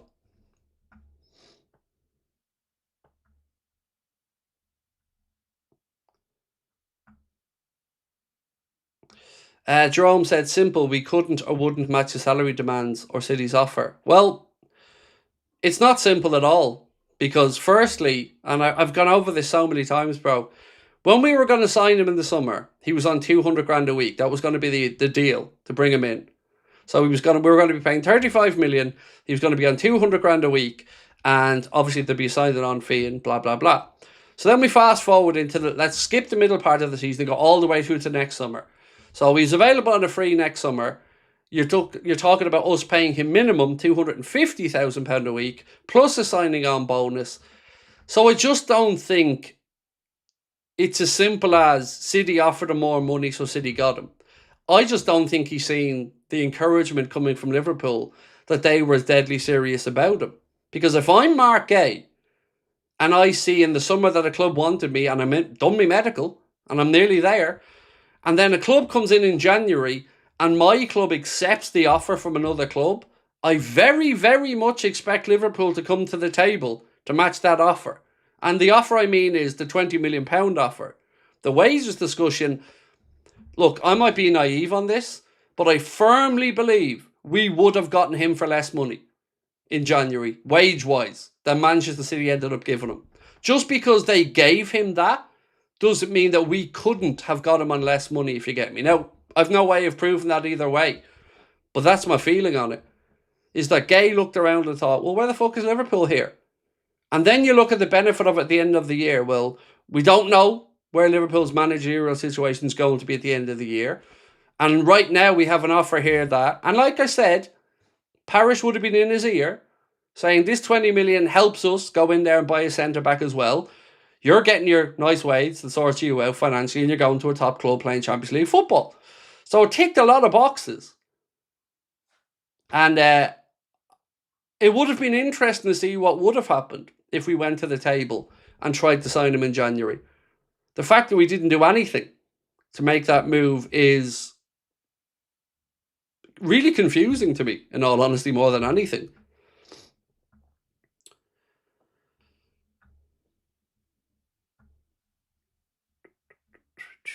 But Palace didn't want to sell. Right, that was in the summer. What about January, when they did want to sell? When we were being told that they wanted over 35 million, because that was the reporting the week before Palace signed them, or excuse me, City signed them. Yeah. Paddy Wacker said, Craig, so please don't think I'm having a go with you, but you're saying even if we win the Champions League, you're happy watching this style of football? Yes, I am. I will suffer any style of football for one of the big ones every year, mate. I will. I'm not going to sit here and say it otherwise. I absolutely will. If you say to me every year, Craig, you're going to be bored out of your mind for half the season, but you're going to win a Premier League or a Champions League every season, I will sign up for that tomorrow, bro. Sorry, I just would. Because that's what I want my team to do. You know, brand of football, yeah, I want to be excited by it. I want to be on the edge of my seat. I want to be involved in it. But winning is seeing our club standing there with that beautiful European Cup of the Premier League trophy every season. Yes, that would be enough to keep me happy. Yes, it would. Craig, you're now Hughes. Who are you getting in and out? I could tell you who I'd like. So I'm now Hughes. Who am I getting in or out? Well, I'm admitting defeat in the Konate situation, and I'm not even bothering there because I think at this point it's clear that we're either going to have to overpay to get Konate or he's going to suddenly have to drop his wage demands a lot. So I'm thinking that's out the window. So I would go out and make a huge play for Schlotterbeck and try to sign him. And probably try to partner him in with somebody like a Joel Ordonz. So then you've got a young centre-back in Giovanni Leone, another young centre-back in Joel Ordonz. You've got your guy for the here and now, Nico Schlotterbeck, who's the leader that naturally succeeds when Virgil goes in 2027, if indeed that's where he does go. So that's the structure I'd be thinking of there. In midfield, I'd need to know how much I have to work with because, you know, like I said, my greedy fan side would say, well, sell sell Endo and go get me Adam Morton. But my sensible side would think you're probably going to have to sell somebody else to bring in that player. And then you go to the top of the pitch, where realistically I think we could be looking at two players there. Mohamed Salah holds the key to a lot of this for me. What happens with him in the summer? If Salah goes, I think Liverpool go huge in the market. Huge. And I mean big, big, big. Because you've a lot of wiggle room with wages and you've a lot of wiggle room financially. So I think if Salah moves on, and again, I don't want him to, but I think there's two variations of how next summer goes. And other than that, I would work at getting Szoboszlai, Gravenberch tied down to new deals. I tried to succession plan a little bit better with what's happening with the goalkeeping situation because I'm still not convinced that Georgi Mamardashvili is going to be the guy. There's a chance, but I'm not convinced yet. I'm kind of on the fence there. So I'll be looking at that. And certainly I'd be having a shot with Xavi Alonso if I was Richard Hughes. Hoarder said Olise. Yeah, he's the dream. Dembele? Nah, man, forget Dembele. Honestly feel like Dembele's just having a purple patch in a great part of his career. But nah, not Dembele. Olise, yes, he's the dream. You know, he's always been the dream for me because in 2027, when Mohamed Salah's contract at Liverpool is up, Olise's 25, which is perfection. Yan Diamonde is one that, of course, we're looking at a lot, but I'm not going to sit here and say I've watched much of Yan Diamonde at Leipzig. I haven't. But he certainly seems highly regarded and one that has been linked with us for a while now. Bradley Barcola is another name that's strongly linked with us and has been for a while.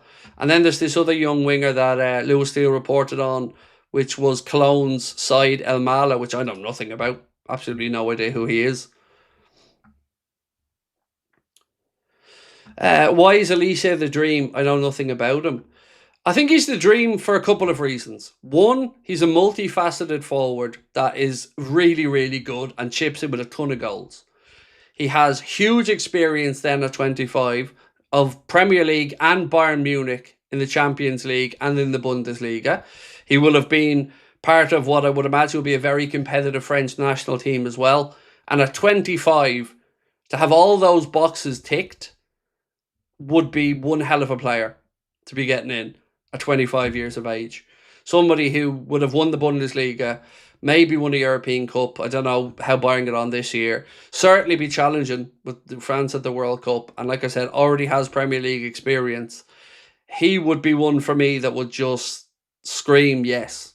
Can anybody tell me, does he count as homegrown? Olise, was he long enough at an academy in the Premier League that he counts as a homegrown player? Because if he does, then that's another big, huge tick in that box. I think I remember something before saying he was homegrown quota, yes, but maybe I'm wrong.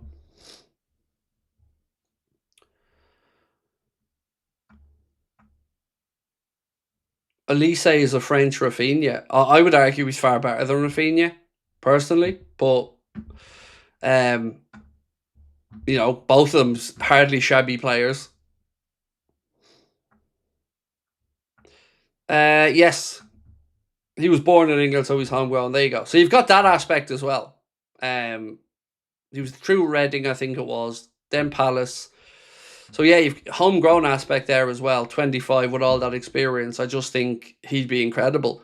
And also, you could end up having to tempt him with huge money like you've given Salah. Because at 25, I can't really think of many other players that would have that experience at the top level at that age and still only 25. It just would be a huge yes for me for Olise. But I don't think it'll happen.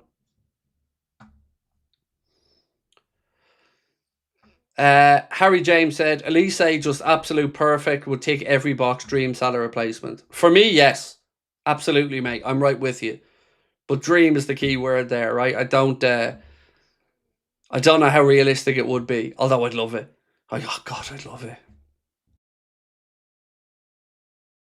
Right, folks. Reminder, the preview for the Bournemouth game is coming out at 10:45. So as soon as we finish the stream, preview is going live. So do give it a watch and let me know what you think. Let's keep the questions going, though. We have a poll running in the chat now that said, should Slot be fired in the summer?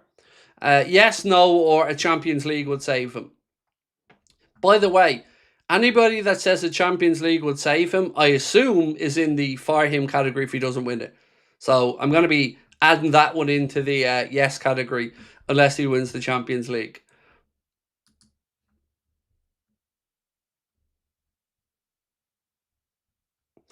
We can't have transfers in because they'll block Rio's pathway. Yeah, that still doesn't sit right with me because we're losing so much on the left side by one, not giving the kid enough time, and two, what we had in Diaz and Mane before. We're just two very unique, albeit somewhat different, variable attackers is what I'd say. Whereas Gakpo is a bit more, I don't like to say one-dimensional because I think that's unfair, but he's a bit more limited in his wide play than the ones that we had before. Hoarder said, I said no, but we need top four. Honestly, mate, for me, if we finish this season, right, let's say fourth, and don't win another trophy, and even an FA Cup, but don't win another trophy, mate, I can't sit here and say that that's good enough. With what we've spoken about, even allowing for injuries, to finish the season without a trophy and scraping in fourth place, that's not good enough. That's not good enough with the talent he has at his disposal. Nor was that what we spoke about as being the goals for the season. The only people who care about Champions League qualification really are the owners. Because I don't give a shit about the qualification. I care about winning it. And yes, I understand that being in the Champions League is important financially. But it's not a trophy. It's not. To us fans, it's nothing. It's just an avenue to potentially lift the European Cup and, get more revenue into the club. But it ain't a trophy. I don't want to be Arsene Wenger, Arsenal, fourth every year and thinking somehow that's just enough. The goal this year for Arne was to deliver and build on the success of winning the Premier League. We've already thrown away the Premier League. We've already thrown away the League Cup. FA Cup we're still in, and the Champions League, thankfully, we're into that top 8, so that's looking good. So we avoid the playoff round. We're in this last 16 there. And it'll be interesting to see who we play. But it's still the Champions League, and it's still very, very difficult to say with any confidence that you will or won't win it, because it's knockout football. Anything can happen. But what I would say is this: there's definitely something to be said for inconsistent teams going on to win the Champions League. So it is possible that it can be done now, because that's about peaking at the right time. It's two very different ways to look at the season. The Premier League, you've got to be consistently good over 38 games. You have to do that to win the Prem.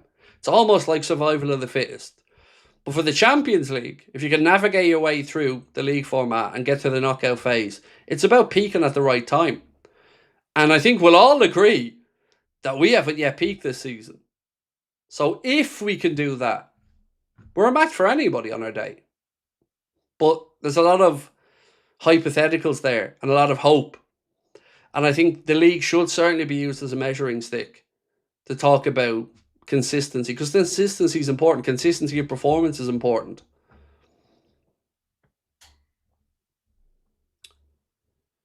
Triller X said, it'd be disappointing if we don't go fully in for Slotterbeck in the summer. JCC04F said, I fear we'd suffer against the likes of Bayern and probably Arsenal over 2 legs this season. Yeah, look, if you're looking at the Premier League right now, you'd have to say, of all the leagues, they're probably the one with the most likelihood of the winner coming from it. Bayern are certainly there or thereabouts, but who will I think right now?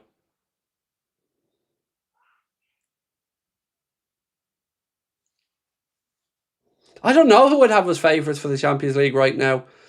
I really don't, because Arsenal are doing really well, but they're not free-flowing, and I don't think they're ever going to really blow a team away. But they will be really tough to beat and defensively solid. Yeah, I don't know if I'd have a favourite for the Champions League. I think it's an open tournament, and I'm very intrigued to see who we end up with in the round of 16.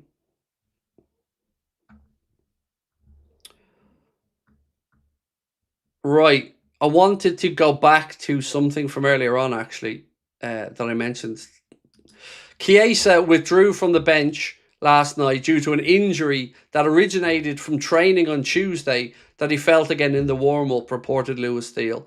So it's unclear whether he'll be available for Saturday or not. There's one more thing I wanted to go through. Oh yeah, this, right? How does this sit with you guys? Jack Lusby reports that, and credit anything Liverpool for the post, Arne Slot has promoted first-team set-piece analyst Lewis Mahoney to his bench on match days after Liverpool sacked set-piece coach Aaron Briggs. Since his sacking, Liverpool have not conceded a set-piece goal in 6 games. We also haven't scored one, I don't think. But I find that interesting. Now, it doesn't say that Liverpool aren't looking for another set-piece coach, but I hope that this is at least a temporary promotion from within, because the Aaron Briggs thing didn't exactly work out, did it?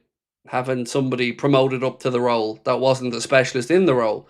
So let's see what happens here. But it's clear that the Premier League and set pieces are very important this season, and we need to be better at both ends of the pitch from set pieces.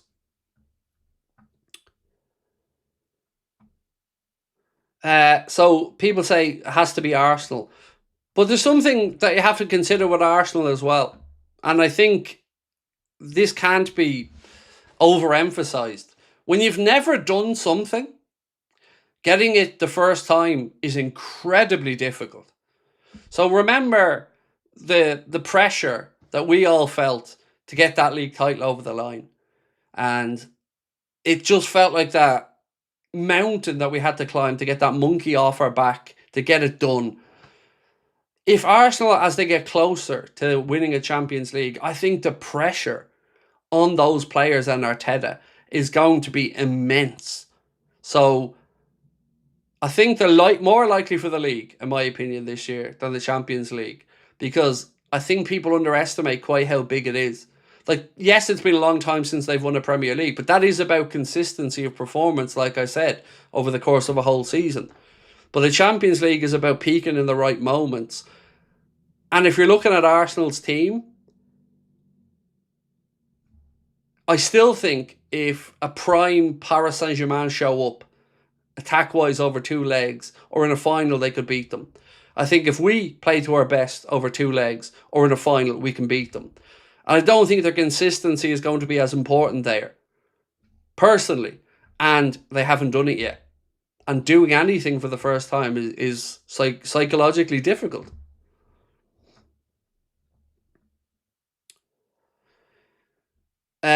Dom's goal yesterday was a set-piece goal. Fair, but... No, fair. That's fair. I guess I'm more thinking about corners. But you are correct. It was a set-piece goal, and it was a damn good one at that.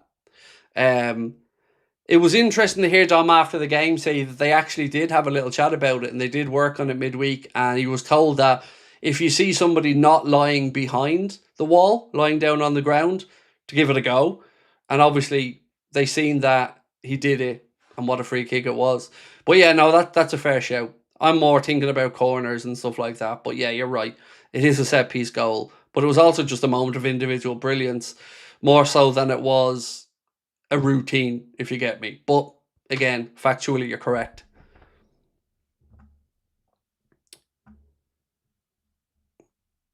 Reggae Dragon said, totally understand that, Craig, but if you ask me who the favourite right now, I still have to say it's Arsenal. I agree with you, they can definitely lose. That's, look, sensible, mate, very sensible. But we would have said the same about us last year at this time of the season as well, right?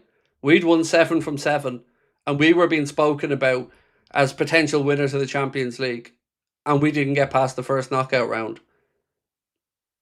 Now, you can say that first and second this year get an advantage of having the second leg at home all the way through, but we had the second leg at home against Paris Saint-Germain and still didn't stop us from getting knocked out. So, yeah, I just remember we were here last year feeling pretty much like Arsenal are feeling right now, and talking about the same things that Arsenal are talking about right now, which is, you know, doubles and trebles, and we ended up with the Premier League, which is amazing, but certainly the Champions League left a sour taste, or left a little bit wanting to go out after topping the league table. Craig, did Liverpool just not want to do business with Palace after they pulled out at the last minute? No, because we'll be knocking on the door looking for Adam Wharton quite soon. So again, genuinely don't think it was nothing to do with that. My guess, and it is only a guess, is that Liverpool were never... He was never bona fide a number one target or in the dream bracket. It was a sensible, Premier League proven, affordable signing in the summer, and something changed. I never got the feeling that he was the dream centre-back signing for Liverpool, if you get me. But he was a very good opportunity, very well worth considering. And again, like I said, I still think we should have signed him.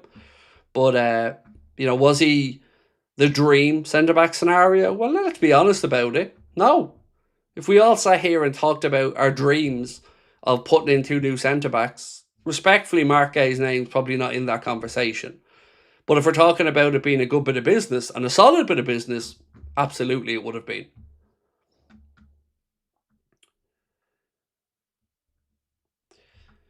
Champions League is where the big money is. Go deep in the Champions League and you're financially set for the next season. Can't argue with that.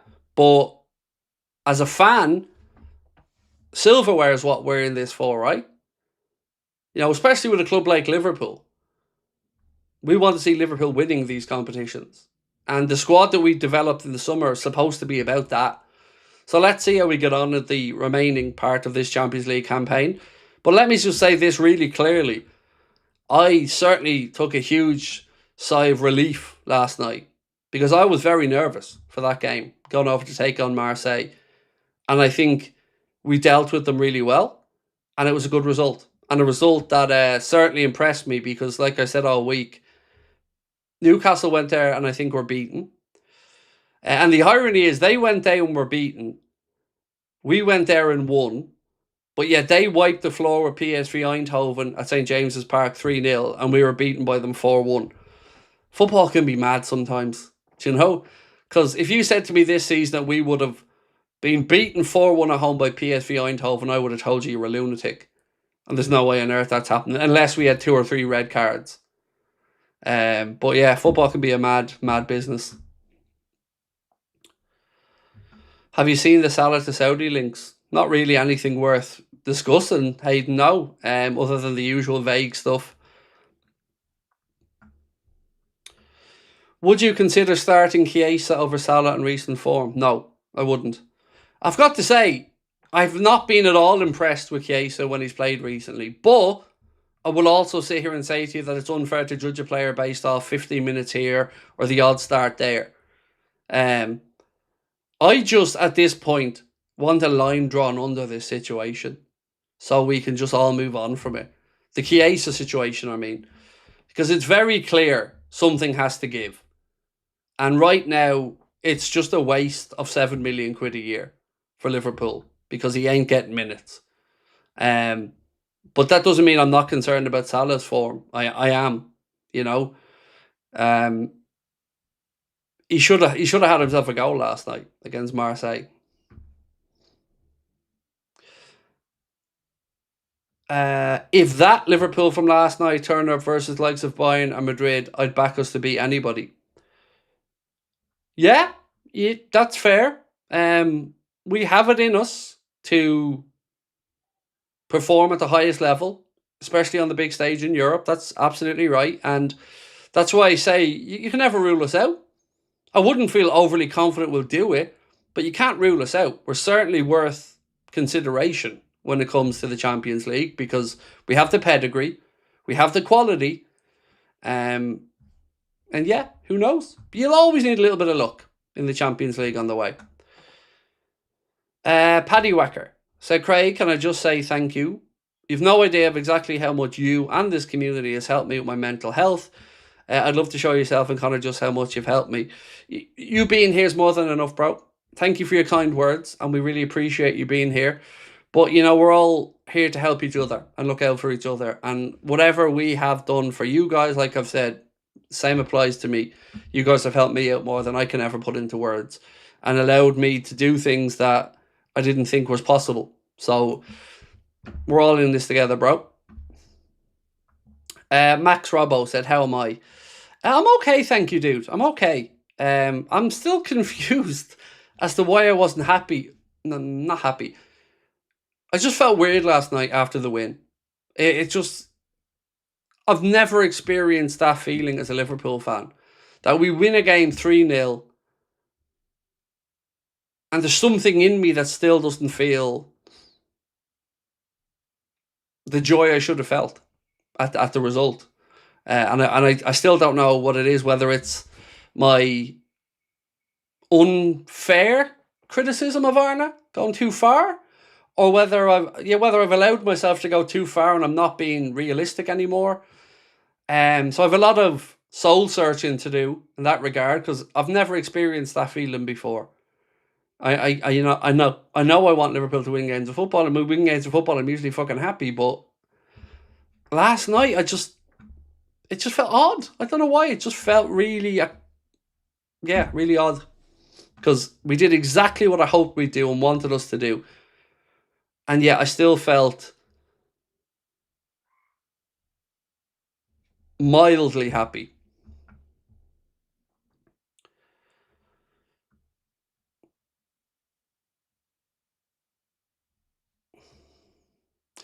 It's because Marseille was a one-off until we see a few of those games together. You're being a realist. Yeah, that, and I still felt after the game like I still felt angry at the manager with his low block comments and stuff like that. I still just feel like he doesn't get it yet. And if he's not getting it yet, is he ever going to get it? With regards to the fans and that connection. It's just, he keeps scoring own goals for me from a PR perspective. Reggae Dragon said, it's the inconsistency, Craig, because I kept waiting for the screw up. There's no denying that at 1-0, I was fully expecting us to concede. And then at 2-0, I expected us to concede. And we nearly did. But Alisson made a great save. But we didn't, thankfully, and we won 3-0. So yeah, even there never felt a time where I thought this is a foregone conclusion. But I can't say anything other than it was a very, very good performance, because it was. It was a very good performance. Billy said maybe it's because Slot has drained all the passion from fans and that win doesn't feel like much because we've lost passion.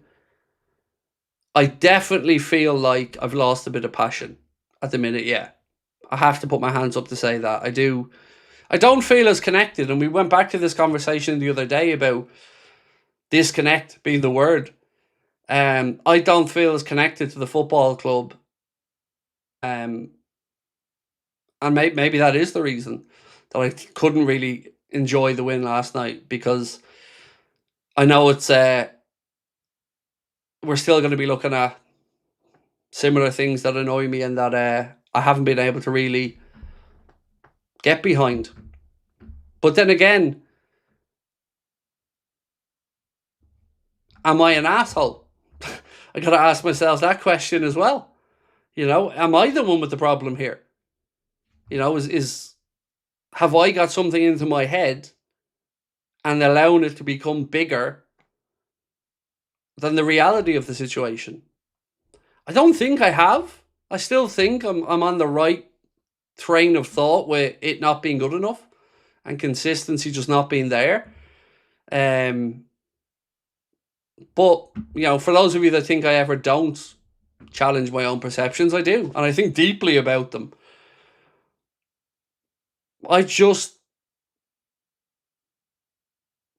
If this was a relationship, I'd say I'm going through the motions and I'm not feeling that thing that makes me think this is the one for the rest of my life, if you get me. And that's kind of what I'm feeling like right now. I'm happy with the win, but it still feels like we're just kind of going through the motions. Me too, Craig. Even just naturally, I feel like when we score, there's less passion for me. I used to celebrate harder. It's weird. 123 Jam 78 said just happy with the win. Yeah, that's absolutely more than fair. Wasted the Goat 1 said Slot still finds a way to talk about low blocks every game. Even Gerrard is starting to say he needs to cop on. Yeah.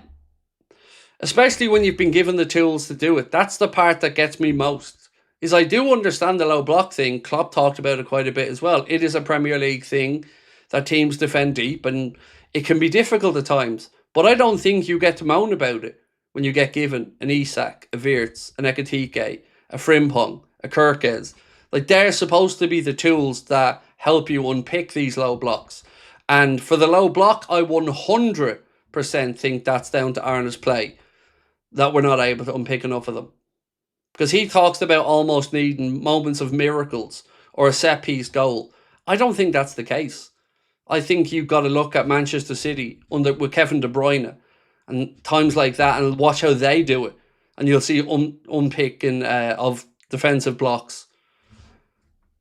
And he just seems to keep wanting to talk about how teams should just basically come and have basketball games with us, and if everybody played football in the right way, basically, that, you know, Liverpool would be the greatest team in the history of football. But, you know, this is where we are, bro. Premier League, and teams can set up wherever they want to get a point. Reggae Dragon said, amazing job today. Love the show, and keep your head up. I think you've been fair to Slot. Legends have called out style of play. Be strong. Oh, I'm in no doubt, dude, on the style of play not being good enough. But, you know, maybe I'm being unfair myself, because last night was what we would class as a good European performance, especially away from home. But like I said, man, I still just don't feel that same connection, and that's kind of making me a bit sad. Justin said, well, Craig, who'd be your top 3-4 signings right now in the Prem for Liverpool? For me, Van Heck, Rodgers, Brobery, and maybe move Ekitike left and Kamara. From the Premier League clubs, I would have said Van de Ven. Attackers wise in the Premier League, I mean, I don't really have any thought processes on that. I wouldn't have minded Semenyo if we had brought him in. If we're talking about defensive midfielders, I take Wharton or Anderson. Yes, the wide player I'd struggle with to find one that I'd say right now, yes, I'd take. Right, ladies and gents, I'm going to say goodnight to you all. A reminder that the preview of the Bournemouth game is out now in the next 5 minutes. We asked, should Salah be fired in the summer? Yes, no, or a Champions League would save him. 55% of people said yes. 33% said the Champions League would save him, meaning I think that, you know, if he doesn't, he should be fired. And 12% of people said no. Right, ladies and gents, I appreciate you all. Thank you so much. As I said, don't forget to sign up to the WhatsApp if you haven't done so, because we'll be starting a giveaway with the Collector's Corner in there soon. I will see you guys tomorrow for the Late Night Agenda. The preview is coming out straight after this stream. Connor will be here in the morning with a news video. And have yourselves a good one. Do let me know your thoughts on the preview when we speak tomorrow. Much love.